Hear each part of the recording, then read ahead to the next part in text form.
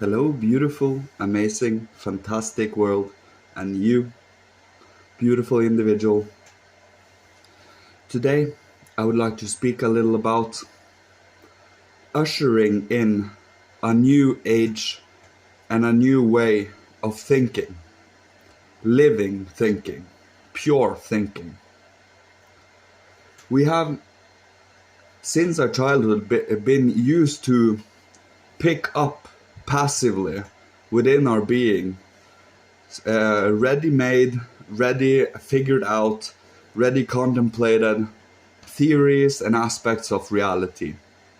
No one can deny that it has been helpful in living to a certain extent when it comes to the physical necessities of life. Of course, life is more than just eating and producing and destroying. It is also about creation. It is also about inspiration and infusing our otherwise dead physical nature around us with divine light and life. It is like painting a picture with your inner being, creating a world that is worthy of its own nature. Before, in the earlier times, we were given from nature directly the answers and the inspirations we needed to understand the living forces behind nature. Today, we don't have this anymore. It has fallen away.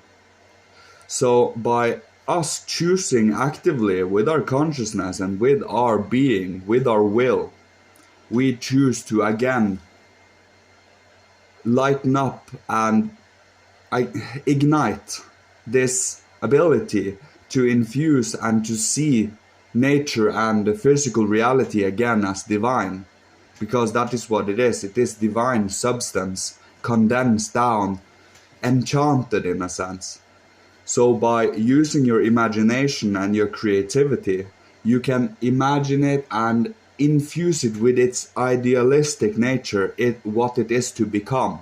Something far greater and more sublime than it is laying dormant right now. Even the mineral world will wake up in the end.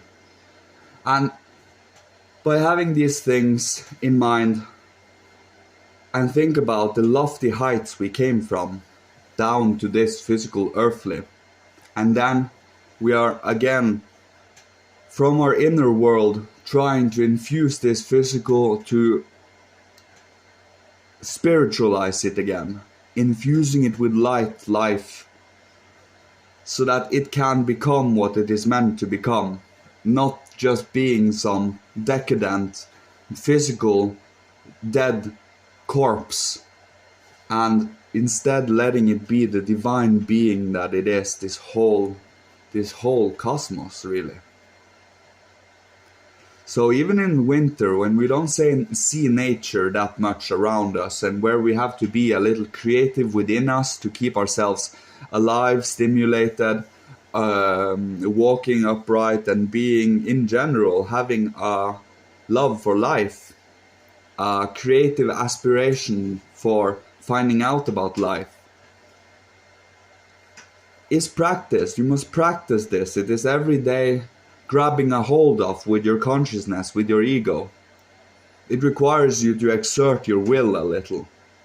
Nothing of these things comes by itself. It is not, very rarely is people naturally initiated, where they have the natural abilities for clairvoyance and visualizing and moving along with a conversation with your thoughts, for example. It is not given naturally. Either you have the inclinations and you are going through a lot of painful stuff in life to awaken them, or you are born into a group or a society where you are given these things more or less as an automatic gesture of the culture. Both of these there are nothing wrong with any of these, but one of them have the more, they are given this, the other one fights for it. That's the difference. And most people fight for it today. Everyone aspires to be what royalty were in the past. Today, every individual are meant to be a king and a queen. That is the purpose of what the past beings were. They were the same as we are now. By us grabbing a hold of unfolding our inner being right now, we will unfold what we are to become in the future. And this is how it has been since the first civilizations, since the first high priests and priestesses that have guided humanity by the help of the divine. Today we are meant to infuse again with the divine. It has died down, and now we only use our senses and our rationality to see outer reality. And that is not enough. It only brings a partial truth. And that partial truth is highly destructive in many ways, because there are many aspects to this reality that, well, safeguards us from being destructive, like the moral and loving impulse, respect for reality and nature around us, respect for ourselves and respect for others, a true dignity, an honorable and loving warm nature. And that also has to be practiced. It has to be wanted, longed for. And by doing so, you practice it day by day so that it can become a reality for the future. So, ushering in the new age of this type of thinking, living, infusing it with, well, pictures that is warming and expansive and deepening. Not some kind of separating and isolating theories that cools down and chills our souls to the core, where we don't find anything very amusing or interesting anymore. We have become so decadent and jaded.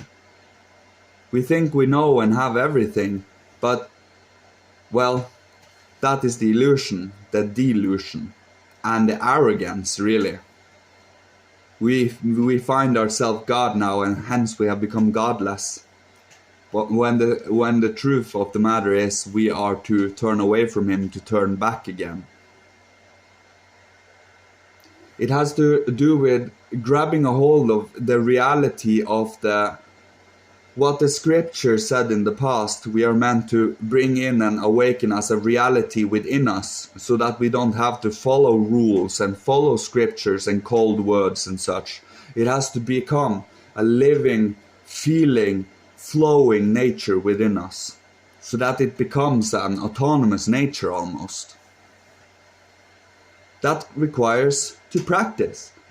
When you practice this today, bringing it as a inner nature reality to you, it will become an outer reality later in later lives.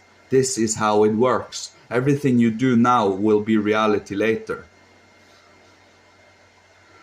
So that is why it is important to become self-aware of what we do emanate out to the world, shining, radiating out. Because we irradiate thoughts, emotions, and will impulses out to the cosmos constantly.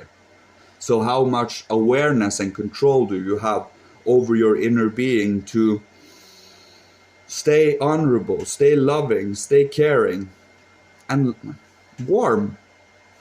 Warmth always helps you guide you towards a certain dignity, no matter the chaos or the hurricanes around you. You sit completely still and experience everything. By doing so, you get to understand it and transform it. By experiencing an emotional being, you transform it by being it in the moment, experiencing it, letting it flow, and see where it transforms and what it transforms to. Often, intense emotions and sensations in your body that you feel the whole way through will transform into an understanding and a strength. Allows you to explain these phenomenons inside yourself to a more honest degree, because you experience them and can speak them out as realities. It is not only I theorize about this and that and this and that, but in truth I only speculate. That is not what is meant here. What is meant is truly bringing reality and a depth and having this something behind the reality to grab onto. You know what I mean, with if you have come so far as to look for these things. And that is what is required of us.